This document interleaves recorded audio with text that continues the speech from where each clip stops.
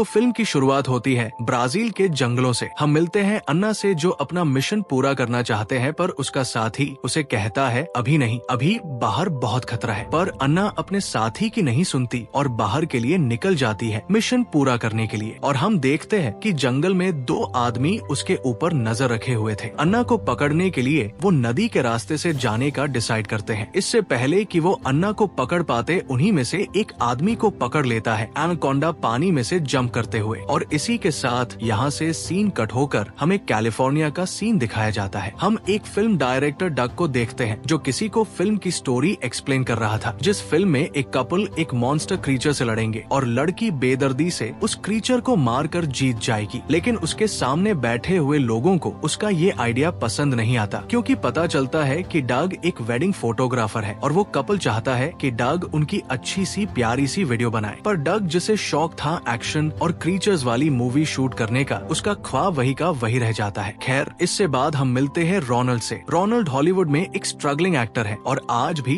उसे डॉक्टर का एक छोटा सा रोल मिला था, जिसे वो कई टेक्स के बाद भी अच्छे से परफॉर्म नहीं कर पाता, तो उसे काम से निकाल दिया जाता है। स्टूडियो से बाहर जाते हुए रोनाल्ड एनाकोंडा मूवी का एक पोस्टर देखता है, जो कि अब री रिलीज होने वाली थी 1997 के बाद। इसके बाद मूवी में 2 दिन गुजर जाते हैं और हम डग के घर डग की सरप्राइज बर्थडे पार्टी देखते हैं। इस पार्टी में डग के सभी बचपन के दोस्त भी आए थे और इसी पार्टी में हम रोनाल्ड को भी देखते हैं और पता चलता है कि वो भी डग का बचपन का दोस्त है। बचपन में इन 4 दोस्तों का ग्रुप हुआ करता था। उन चारों में से डग और रोनाल्ड तो अपने लाइफ में स्ट्रगल कर रहे थे, पर उनके बाकी दोनों दोस्त केनी और क्लैरी दोनों ही अपनी लाइफ में सक्सेसफुल थे। लेकिन इस टाइम मिलने पर ऐसा ही लगता है कि जैसे ये चारों पहले जैसे दोस्त हो। रोनाल्ड ने प्लान किया था कि डग की बर्थडे पर ये लोग डग की ही डायरेक्ट की हुई फिल्म देखेंगे, जो हाई स्कूल टाइम पर इन चारों ने मिलकर बनाई थी। रोनाल्ड जिसमें हीरो बना था और उसने उस खतरनाक क्रीचर से लड़ना था। इस मूवी में क्रीचर बना था केनी। वो क्रीचर इन तीनों दोस्तों पर अटैक करने वाला था, पर रोनाल्ड यहाँ पर कहता है कि मेरे दोस्तों को कोई नुकसान नहीं पहुँचा सकता, और एक बंदूक उठाकर वो क्रीचर को शूट कर देता है और अपने दोस्तों को बचा लेता है। और इस तरह उनकी उस मूवी की हैप्पी एंडिंग होती है। सभी लोग उस मूवी को देखकर बहुत ज्यादा खुश थे और रोनाल्ड चाहता था कि ये लोग दोबारा ऐसा ही एक्सपीरियंस करें, ऐसे ही एक मूवी बनाए। और उसके पास डग के लिए एक बहुत बड़ा सरप्राइज ये भी था कि उसने एनाकोंडा नॉवल की सीरीज के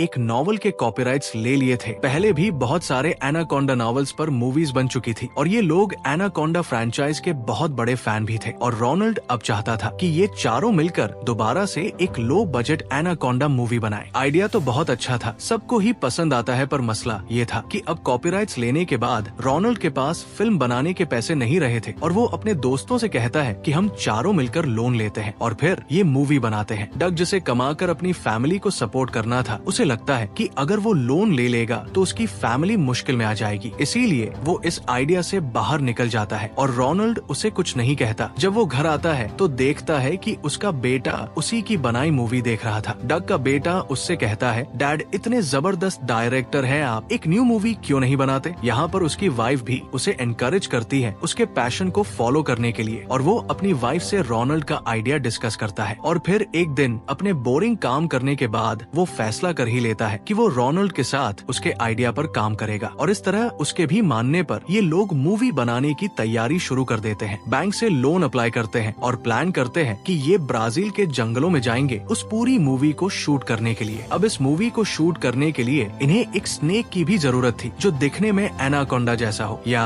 एनाकोंडा ही हो। केनी यहाँ पर अपने लिंक्स का इस्तेमाल करता है और एक आदमी को बुलाता है जो स्नेक्स पालता था। वो सचमुच एनाकोंडा जैसा एक भयानक स्नेक ले आता है, जिसे देखकर रोनाल्ड की तो जान ही निकल जाती है, क्योंकि रोनाल्ड ने ऐसा हीरो स्नेक के साथ लड़ना था। वो डरता है तो स्नेक मैन बताता है कि ये सांप जहरीला नहीं है, क्योंकि ये एनाकोंडा है ही नहीं, असल एनाकोंडा तो जंगलों के अंदर है। ऐसे रोनाल्ड भी अब इस सांप के साथ शूटिंग करने के लिए तैयार हो जाता है। सीन कट होकर दोबारा से हमें अन्ना को दिखाया जाता है, उसी लड़की को दिखाया जाता है जो मूवी के स्टार्ट में दिखाई गई थी। वो अभी भी उन्हीं आदमियों से छुपकर बच रही थी जो उसके पीछे पड़े हुए थे। वो इस टाइम एक बार में भी आ जाते हैं और नोटिस करती है कि वो आदमी उसके पीछे बाहर में भी आ गया है। यहाँ पर वो एक याcht की चाबी चुराती है और यहाँ से निकल पड़ती है। ये याcht असल में अरेंज की थी रोनाल्ड के ग्रुप ने, ताकि वो ब्राजील के जंगलों के अंदर जाकर फिल्म को शूट कर सके। अन्ना उन लोगों से झूठ बोल देती है कि मैं ही आप लोगों की ड्राइवर हूँ, और इस तरह वो अपने पीछे वाले वाले आदमी से बचकर इन लोगों के साथ यहाँ से दूर निकल जाती है। ये लोग उस स्नेक को भी अपनी इसी याच के अंदर शिफ्ट कर देते हैं, लेकिन गलती ये होती है कि स्नेक को रखते हुए उसका बॉक्स टूट जाता है। अब ये लोग उस जगह पर पहुंच जाते हैं जहां उन्हें शूटिंग करनी थी। रोनाल्ड और क्लैरी के काफी सारे सीन शूट किए जाते हैं और इन लोगों को इस काम में बहुत ही ज्यादा मजा आता है। इसी तरह रात हो जाती है और रोनाल्ड जब सो रहा होता है तो अचानक उसे किसी के रेंगने की आवाज आती है और जैसे ही वो मुड़कर बेड की साइड पर देखता है तो यहाँ पर बहुत बड़ा एनाकोंडा था। वो जोर से चिल्ला देता है और सभी यहाँ इकट्ठे हो जाते हैं। पता चलता है ये रियल एनाकोंडा नहीं था, वही स्नेक था जो अपने पिंजरे से बाहर निकल आया था, जो साथ में का स्नेक था। अब ये लोग उस आदमी को नाटने लग जाते हैं और वो भी रोनाल्ड और पूरे ग्रुप से माफी मांगता है क्योंकि गलती उसी की थी। उसी को बाद में दोबारा स्नेक का केज चेक करना चाहिए था। वो उन लोगों से कहता है कि आइंदा ये स्नेक आपको कभी टच नहीं करेगा, इसकी जिम्मेदारी मैं लेता हूँ। फिर सुबह हो जाती है और दिखाया जाता है कि रोनाल्ड को आज उसी स्नेक के साथ शूट करना था, लेकिन रोनाल्ड बहुत ही ज्यादा डरा हुआ था। सीन ऐसा था कि रोनाल्ड को स्नेक को खुद अपने हाथों से पकड़ना था और साथ ही अपनी फ्रेंड क्लैरी से कुछ डायलॉग्स भी बोलने थे, पर सांप के डर की वजह से वो ना तो अपने डायलॉग्स ठीक से डिलीवर कर पाता है, यहाँ तक कि वो तो पूरा सीन भी कंप्लीट नहीं कर पाता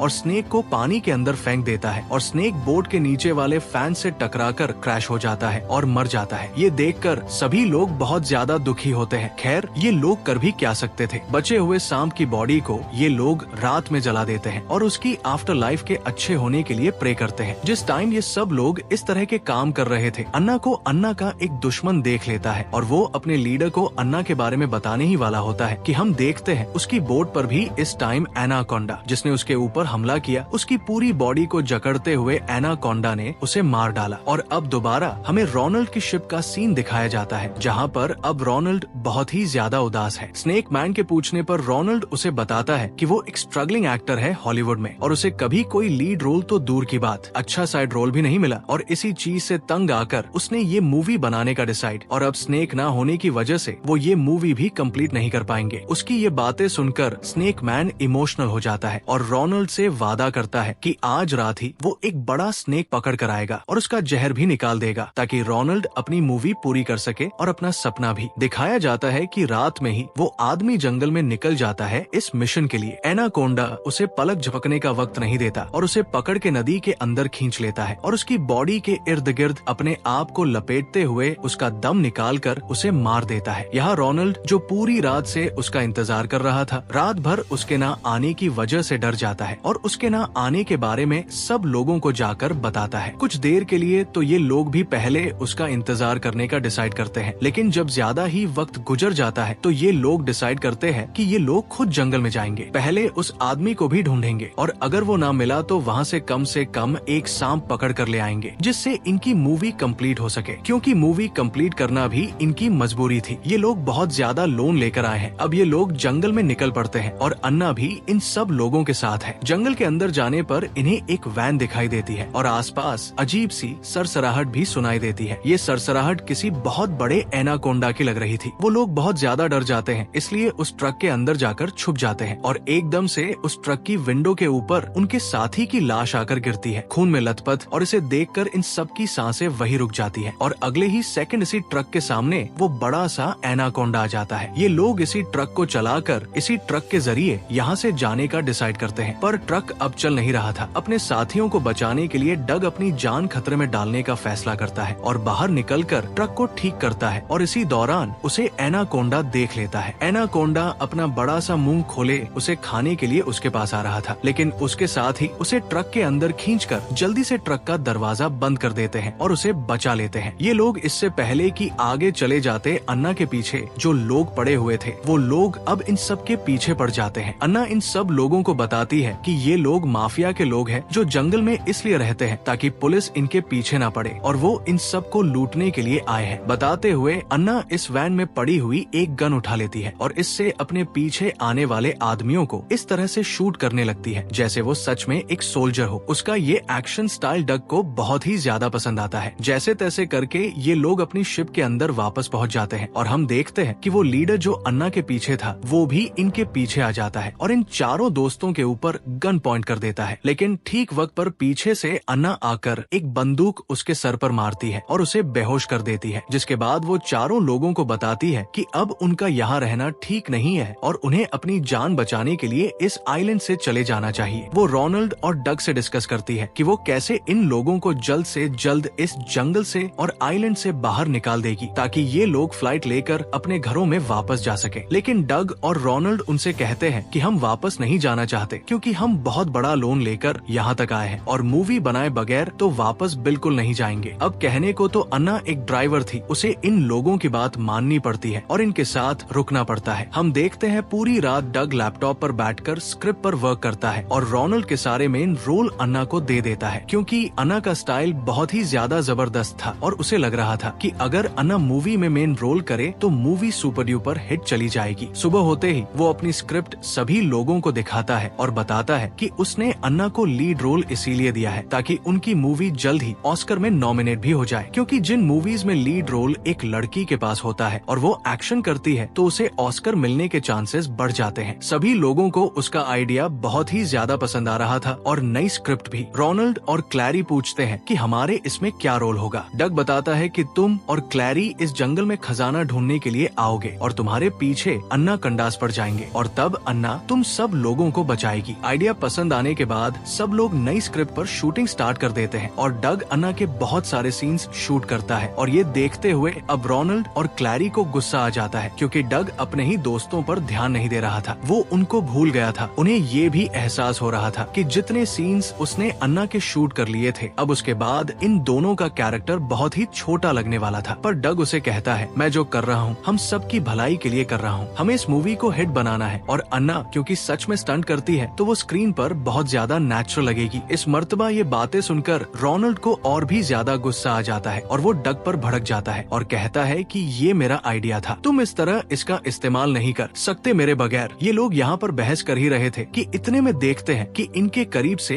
एक बहुत बड़ी शिप गुजरती है जिसके अंदर बहुत फेमस हॉलीवुड एक्टर्स भी थे और ये शिप स्पेशली शूटिंग के लिए तैयार की गई थी। इसके ऊपर एनाकोंडा का ही पोस्टर लगा हुआ था और यहाँ पर रोनाल्ड का एक बहुत बड़ा भांडा फूटता है कि जिस मूवी के और जिस नॉवल के राइट्स लेने की वो बात कर रहा था वो राइट्स इनके पास थे ही नहीं, वो राइट्स असल में सोनी कंपनी के पास थे और वही अब वो मूवी बना रहे थे। ये जानकर रोनाल्ड के तीनों दोस्त बिल्कुल टूट जाते हैं क्योंकि वो अपना सब कुछ इस मूवी के पीछे लुटा बैठे थे। सब लोग रोनाल्ड पर गुस्सा थे कि उसकी झूठ की वजह से उनका बहुत बड़ा नुकसान हो गया था। पर रोनाल्ड उनसे कहता है कि मेरे झूठ की वजह से तुम्हारी लाइफ बदलने लगी, अगर मैं ये आइडिया ना देता तो हम आज यहाँ ना होते, अपनी बोरिंग वीडियोस बना रहे होते और केनी और क्लैरी भी अपनी फिजूल सी जॉब में बिजी होते। इनके बातें सुन सुनकर रोनाल्ड गुस्सा हो जाता है और अकेले ही यहाँ से निकलने का फैसला करता है। उसने डिसाइड कर लिया था कि अब वो सोनी वालों के पास ही जाएगा और उन्हीं के साथ मूवी बनाएगा, चाहे उसे छोटा मोटा रोल ही मिले। वो अपने दोस्तों को छोड़ जाता है और ये लोग भी यहाँ से जाने का डिसाइड करते हैं। अब रोनाल्ड थोड़ा ही आगे गया था कि उसने देखा कि अभी कुछ देर पहले जो बहुत बड़ी सी शिप यहाँ पर आई थी वो तहस नहस हुई थी। यहाँ पर एक अजीब सा हंगामा भी था। वो समझ नहीं पाता कि यहाँ पर क्या हुआ। अब उसके सामने असिस्टेंट डायरेक्टर आती है जो उसे देखकर काफी एक्साइटेड हुई थी, जैसे रोनाल्ड उसे किसी चीज से बचाने आया हो। असिस्टेंट डायरेक्टर उसके लिए हाथ हिलाती है और इससे पहले कि रोनाल्ड उसके पास जाकर उसकी मदद कर देता, एक बड़ा सा एनाकोंडा एक मिलीसेकंड में उस असिस्टेंट डायरेक्टर को झपट कर निकल जाता है और ये देखकर रोनाल्ड की जान निकल जाती है और वो फौरन अपनी बोट के लिए वापस निकल जाता है। यहाँ पर रोनाल्ड की शिप पर बाकी सभी लोग अभी तक लड़ रहे थे क्योंकि डग की वजह से रोनाल्ड यहाँ से चला गया था और डग इस चीज पर जिद कर रहा था कि वो अन्ना के साथ ही इस फिल्म की शूटिंग को कंप्लीट करेगा, लेकिन उसके दोस्त ऐसा करने के लिए तैयार नहीं थे। अभी ये लोग इस बात से अनजान थे कि अन्ना तो फिल्म शूट करना ही नहीं चाहती थी, वो अभी भी अपनी किसी मिशन पर थी। इसीलिए वो इन लोगों को गन पॉइंट पर ले लेती है और अपने साथ जंगल में ले जाती है और हमें पता चलता है कि अन्ना एक इलीगल गोल्ड माइनर थी और वो इन सबको भी गोल्ड माइन करने को कह रही थी। ये लोग जब काफी सारा सामान लेकर इस बोट पर वापस आते हैं तो देखते हैं कि इन लोगों ने काफी सारा सोना इकट्ठा कर लिया था। अन्ना अभी भी इन्हें गन पॉइंट पर लिए हुई थी और तभी इसी बोट पर दोबारा वही आदमी आ जाता है जो मूवी के स्टार्ट से अन्ना के पीछे था। ये असल में पुलिस ऑफिसर है और अन्ना को पकड़ना चाहता है क्योंकि अन्ना जबरदस्ती इस जंगलों का खजाना चुरा रही है। इससे पहले कि वो अन्ना के ऊपर गोली चलाता, जंगलों के अंदर छुपा हुआ रोनाल्ड, जिसे यहाँ का कुछ भी नहीं पता, वही उस ऑफिसर के ऊपर गोली चला देता है जिसकी वजह से ऑफिसर जख्मी होकर कर नीचे गिर जाता है और मौके का फायदा उठाकर अन्ना गोली मारकर उसे जान से ही मार देती है। इसके बाद वो दोबारा सब लोगों को गन पॉइंट पर ले लेती है और जबरदस्ती उनसे काम करवाने की डिमांड करती है। और इसी टाइम पर दोबारा पहले की तरह पानी के अंदर से एनाकोंडा जंप करते हुए बाहर निकलता है और पूरा का पूरा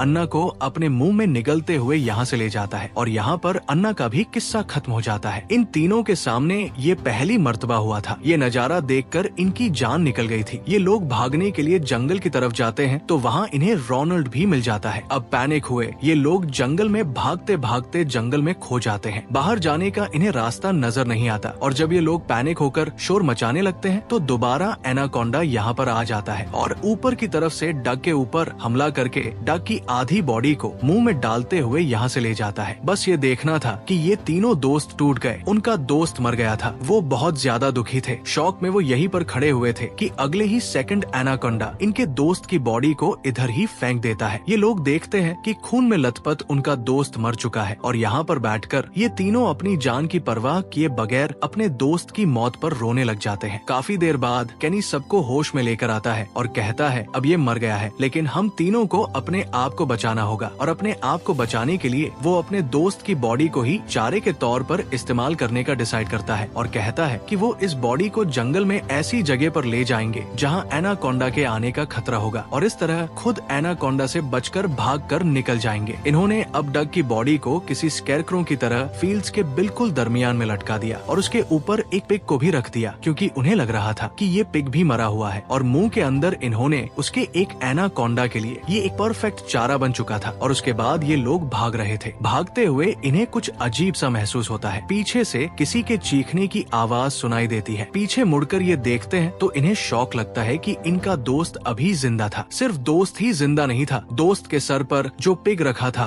वो भी जिंदा था। इससे भी बुरी बात की एनाकोंडा भी यहाँ पर आ चुका था इन्हें खाने के लिए। डर से इनका बुरा हाल हो जाता है। डग भी अपने आप को बचाने के लिए इन सब के साथ भागने लग जाता है पर एनाकोंडा तेजी से उनके पीछे था और वो पिग जो उसके सर पर अभी जाग गया था उससे भी डर लग रहा था वो डग को। और डग अपने आप को बचाने के लिए अपने ऊपर से उस पिग को उठाकर एनाकोंडा के मुंह के अंदर फेंक देता है और फाइनली ये लोग बचकर यहाँ से निकल जाते हैं। भागते हुए ये लोग आइलैंड पे उसी जगह पर आ गए थे जहाँ पर एनाकोंडा मूवी के लिए सोनी कंपनी ने सेट लगाया था। यहाँ पर हमें दिखाया जाता है कि बहुत सारे बॉम्ब्स लगाए गए थे एनाकोंडा को मारने के लिए और सच में यहाँ पर एक एनाकोंडा आया हुआ भी था। क्रू तकरीबन यहाँ पर मारा गया था लेकिन जो हीरो था वो अभी भी यहाँ पर जिंदा था और इन चारों को देखकर वो इन चारों को बचाने की कोशिश करता है और पीछे से एनाकोंडा पर इसी तरह गोलियां चलाता है जिस तरह मूवी में दिखाया जाता था। जिसके बाद वो इन चारों को बचाकर एक सेफ जगह पर ले जाता है और इन सबको बताता है कि पूरे सेट के ऊपर बहुत छोटे छोटे बॉम्ब्स लगाए गए हैं, उसका कंट्रोलर ढूंढ लो तो तुम एनाकोंडा से बच सकते हो। इनको ये सारी बातें बताकर वो हीरो यहाँ से जाने वाला था। ये लोग पूछते हैं कि आप कहाँ जा रहे हैं। वो बताता है कि मेरे दोस्त जंगल में निकले हैं और जंगल में कोई बॉम्ब नहीं है जिससे एनाकोंडा को मारा जा सके और मैं अपने दोस्तों को अकेला नहीं छोड़ सकता। यहीं पर चलते हुए इन्हें यहाँ पर बॉम्ब का कंट्रोलर भी मिल जाता है और ये लोग डिसाइड करते हैं कि अपनी जान को बचाने के लिए ये लोग एनाकोंडा को मारेंगे। इसी सेट पर वापस जाकर ये दोनों खुद ही अपनी जान खतरे में डालते हैं और एक जीप के अंदर बैठते हुए आइलैंड के पास से शोर मचाना शुरू करते हैं ताकि एनाकोंडा इनकी तरफ अट्रैक्ट हो सके। एनाकोंडा जैसे ही इनके पीछे आता है इस सेट के पास तभी मौका देखकर केनी और क्लेरी उस कंट्रोलर से बॉम्ब्स ब्लास्ट करने लग जाते हैं पर इन सारे धमाकों का कोई फायदा नहीं होता क्योंकि एनाकोंडा को किसी भी एक धमाके से कोई नुकसान नहीं होता और वो दोबारा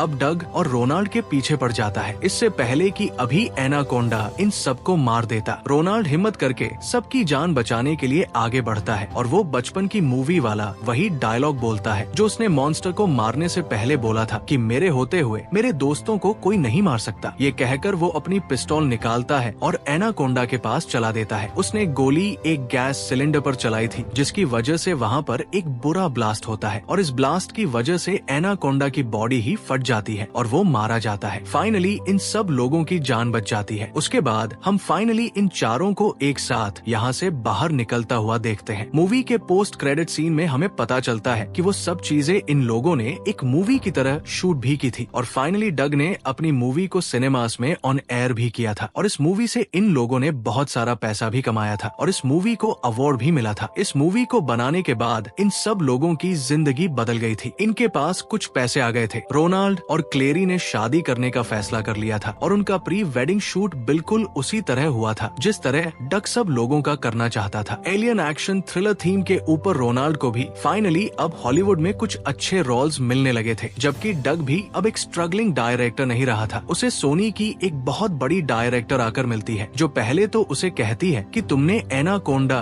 मूवी बिना राइट्स के बनाई है, जिससे डक डर जाता है। लेकिन जब डायरेक्टर उसे बताती है कि मुझे ये मूवी बहुत ज्यादा पसंद आई है और मैं चाहती हूँ कि रियल एनाकोंडा मूवी अब तुम ही डायरेक्ट करो, तो ये सुनकर डक बहुत ही ज्यादा खुश हो जाता है। उसे खुशी संभाल नहीं जाती और वो यहीं पर बेहोश हो जाता है और उसी को इस तरह दिखाते हुए ये मूवी यहाँ खत्म हो जाती है।